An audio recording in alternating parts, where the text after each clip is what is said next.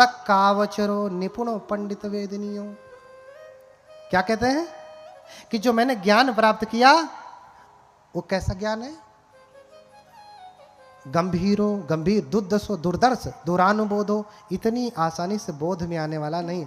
संतो शांति को देने वाला, प्रणीतो प्रणीत है। और फिर क्या कहा? अतक कावचरो, महावज्ञ पाली में है, आप पढ़ लीजिएगा, त्रिपिटक का ही।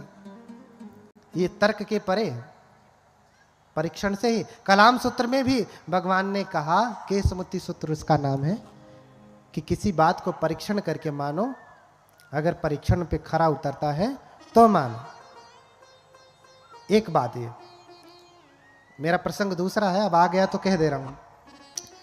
पहली बात बुद्ध ने कहा कि किसी चीज को परीक्षण करके मानना है। दूसरी बात, परीक्षण करेगा कौन? वो लड़का जो खेल रहा है उसको कहा जाए चल बाबू लेबोरेटरी में चलो और जरा पानी बनाओ, ये H2 है, ये वो है, हाइड्रोजन का 2 अणु है, ये ऑक्सीजन का, लो बाबू जरा पानी बनाओ, बना लेगा? हाँ? कोई अबोध, कोई बाल बुद्धि का वो भी परीक्षण नहीं कर सकता, प्रयोग नहीं कर सकता। प्रयोग करने के लिए भी कैसा होना पड़ेगा उसको? पहली बात तो बुद्ध के वचनों को परीक्षण कर... बीच बीच में मत काटिए।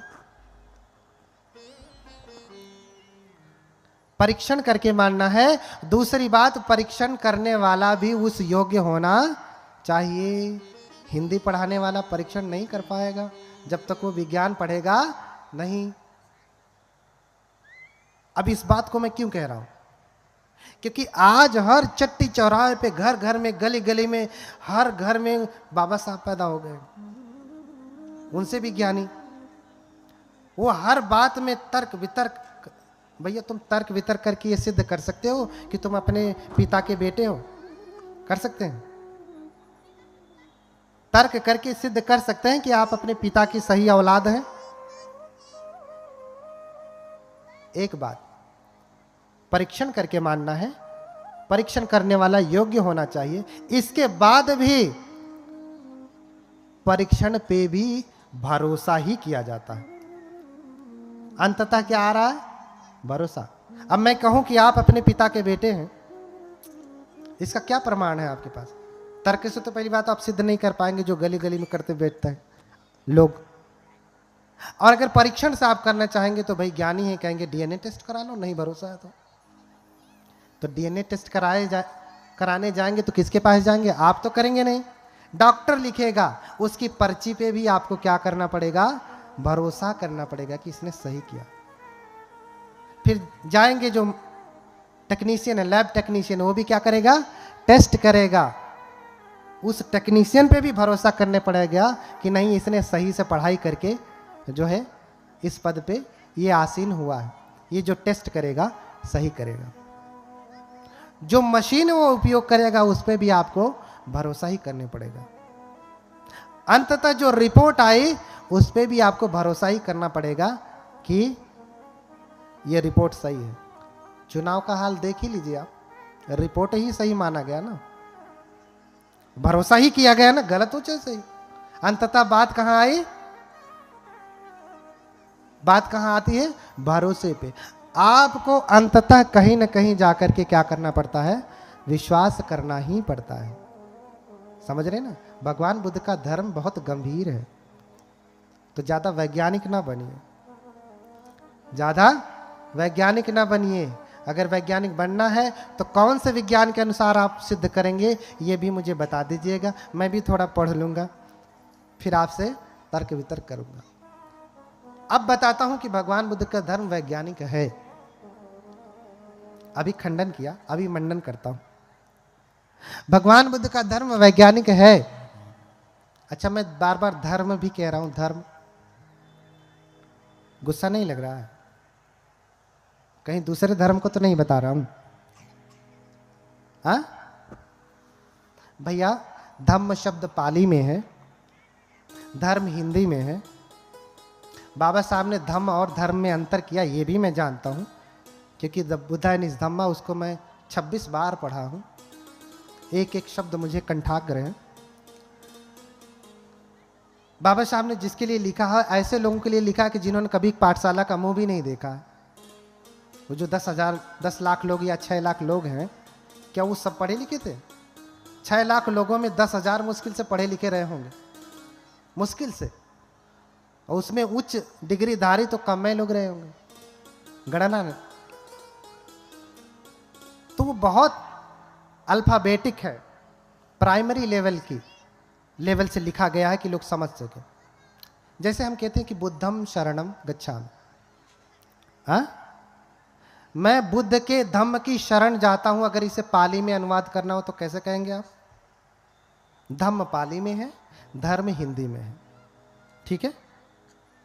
अब आपको कहना हो कि मैं बुद्ध के धर्म की शरण में जाता हूं, अहं बुद्धस्य धम्मं शरणं गच्छामि। क्या कहेंगे? क्या शब्द उपयोग किया धर्म के लिए? मैं बुद्ध के धर्म की शरण में जाता हूं, अहं बुद्धस्य धम्मं शरणं गच्छामि। समझ रहे ना? या सीधे कह दे मैं अहम धम्मं शरणं गच्छामि, लेकिन मुझे भेद करना है। और यही मैं कहूं कि मैं हिंदू धर्म की शरण में जाता हूं, पाली में अनुवाद करिए, क्या कहेंगे आप? अहम हिंदू क्या धम्मं शरणं गच्छामि। सही कहा आपने। उसके लिए भी क्या शब्द उपयोग होगा? हिंदू धर्म के लिए भी क्या शब्द उपयोग होगा? धम्म ही होगा पाली में, अगर आप कहेंगे तो। इस्लाम धर्म कहिए तो, ईसाई धर्म कहिए तो, मजहब कह दीजिए, लेकिन जब भी आप पाली में अनुवाद करेंगे तो उसके लिए एक ही शब्द है, धम्म। लेकिन आपको समझना पड़ेगा। बोलिए भगवान बुद्ध की। थक गए क्या? हम भी बैठे हैं, हम कोई दौड़ नहीं रहे। आप तो हिल डुल भी रहे हैं, हमारा इतना ही हिल रहा है, हम कुछ नहीं हिला रहे हैं। आपसे ज्यादा तप कर रहे हैं। हाँ, बोलिए भगवान बुद्ध की। बैठिए। अरे बुद्ध बनना इतना आसान होता तो आप बन नहीं जाते। बुद्ध 6 साल एक आसन पे बैठे रहे, आप 6 घंटे नहीं बैठ पाते। और परम भगवत्ता को कैसे प्राप्त करेंगे? हाँ, परम भगवत्ता को कैसे प्राप्त करेंगे? धर्म को कैसे प्राप्त करेंगे? मुक्ति कैसे प्राप्त करेंगे? इतना आसान थोड़ी नहीं है कि चलो भाई दाल चावल रख दिया और खा लिया। ऐसा नहीं, तप करना पड़ता है, तप करना पड़ता है, ठीक है। तो धम्म और धर्म में कोई भेद नहीं। धम्म पाली में है, धर्म हिंदी में है। अब भाव समझिए कि जब हम धर्म कह रहे हैं तो धर्म का क्या अर्थ है, ठीक है। जैसे एक शब्द ले लीजिए, सत्य। शब्द क्या है? सत्य। अच्छा, हम किसी हिंदू व्यक्ति से पूछेंगे कि बताओ सत्य क्या है, तो वो क्या कहेगा? ब्रह्म सत्यम। क्या कहेगा? शब्द क्या है? सत्य। किसी हिंदू व्यक्ति से पूछा जाए तो क्या कहेगा? ब्रह्म सत्यम। भैया उसके धर्म में ब्रह्म सत्य है।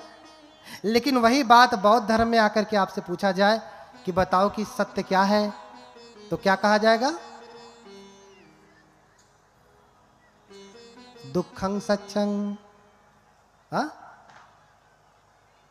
पाली में कहा जाएगा क्या? सत्य वही है, शब्द वही है, लेकिन सत्य उनके लिए ब्रह्म है, बुद्ध के लिए दुख है। इसलिए पहला आर्य सत्य क्या है? इदं खोपन भिक्खवे दुखं आर्य सत्यं। जाति पि दुखा, जरा पि दुखा, व्याधि पि दुखा, मरणम पि दुखं।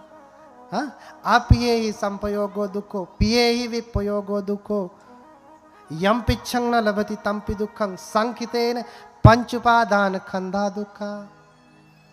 ये सब कुछ सत्य है। बुद्ध ने क्या कहा? दुख सत्य है। इसलिए शब्द को लेकर के लड़ाई मत करिए, शब्द को लेकर के लड़ाई मत करिए, दर्शन को लेकर लड़ाई करिए कि हमारे में इसका क्या अर्थ है, हमारे धर्म में इसका क्या अर्थ है। बात बहुत दूर तक चली गई, बहुत सारी बात है, कहने के लिए, आगे कहता रहूंगा, प्रसंगवश आ गई है। बोलिए भगवान बुद्ध की। तो 3 चीजें मैंने कहा। भगवान बुद्ध का धर्म तर्क की कसौटी पे नहीं, परीक्षण पे कसा जाता है।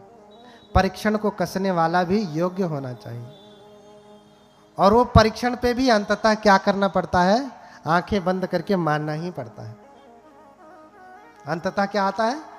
भरोसा ही आता है। लेकिन वो भरोसा परीक्षण की प्रक्रिया से गुजरता है, ऐसे ही नहीं। कैसे? परीक्षण की प्रक्रिया से गुजरता है। ऐसे ही आंखें बंद करके नहीं मानी। तो सुमेध ने अपने समस्त पारमिताओं का स्मरण किया कि दानशील आदि जो 10 पारमिताएं हैं उसको उन्होंने पूरा किया। और पारमिता पूरा करने के लिए एक ही जन्म पर्याप्त नहीं होते। अब आपको जन्म पुनर्जन्म को लेकर की बहुत सारी विविधताएं हैं, सुनेंगे। अब आप कहेंगे जन्म पुनर्जन्म कहां से आ गया? आप तो पाप पुण्य तक को मानने को राजी नहीं। भले गाथा लिखा देंगे सब पापस आकरणं कुशल संपदा, सभी पापों को ना करना, कुशल कर्म का संचय करना, ये आप लिखवा देंगे। लेकिन आप कहेंगे बौद्ध धर्म में पाप पुण्य होता ही नहीं। भैया गाथा क्यों लिखवाए? हाँ, गाथा क्यों लिखवाए? हाँ, देखिए जन्म पुनर्जन्म भी होता है, अच्छे बुरे कर्मों का विपाक भी होता है। नहीं तो बताइए ना, व्याख्या करूंगा आगे थोड़ा सा झलक। माता पिता खाया वही पिया, उसी घर में रही वही पति हैं, वही सास ससुर है, सब कुछ वही है ना।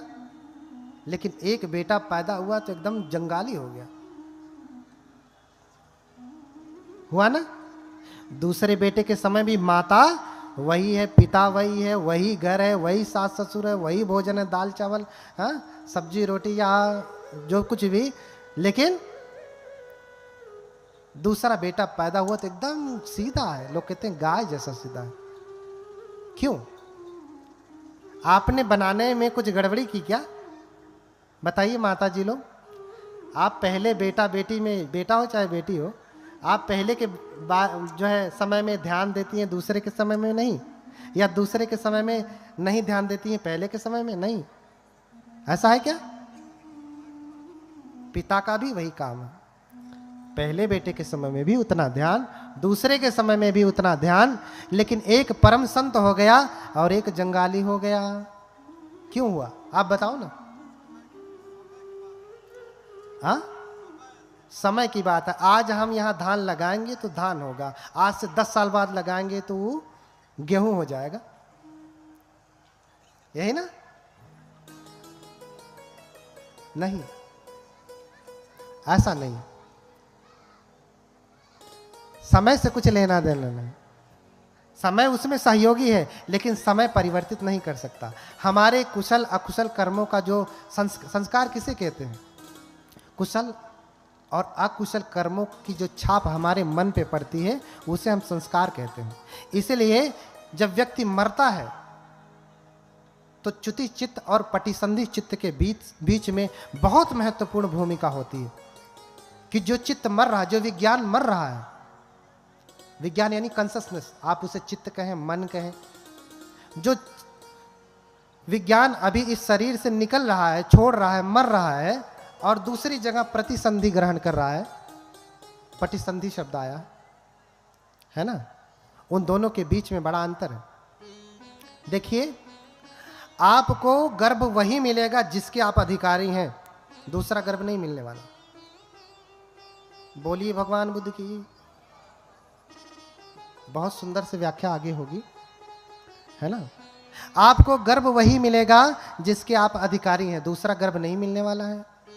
अच्छा, आप बताइए, आपने इंजीनियरिंग की पढ़ाई की है और आप पूरा सोर्स लगा लीजिए, फोर्स लगा लीजिए, दौलत लगा लीजिए, सब कुछ लगा लीजिए,